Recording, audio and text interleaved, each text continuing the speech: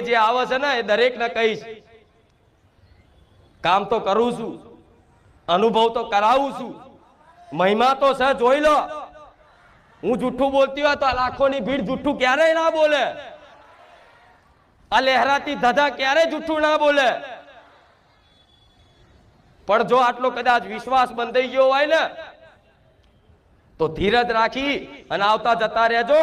અને હું જે બોલું ને એ જીવનમાં અમલ કરી અને 100 વાતોમાંથી ખાલી 10 પાલન કરો. 10 પાલન કરવાથી ખાલી વિચાર કર્યો કે હા માડી તું જે અમને શીખવાડે છે ને અમે અમારા જીવનમાં પાલન કરીશું. ખાલી જેને સંકલ્પ કર્યો ને એના પડખે હું મેલડી ઊભી રહી.